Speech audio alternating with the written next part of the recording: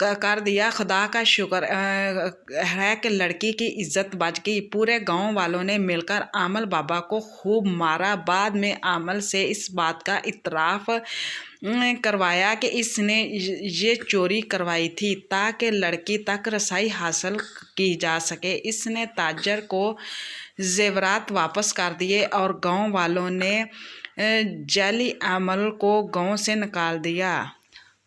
اللہ حافظ۔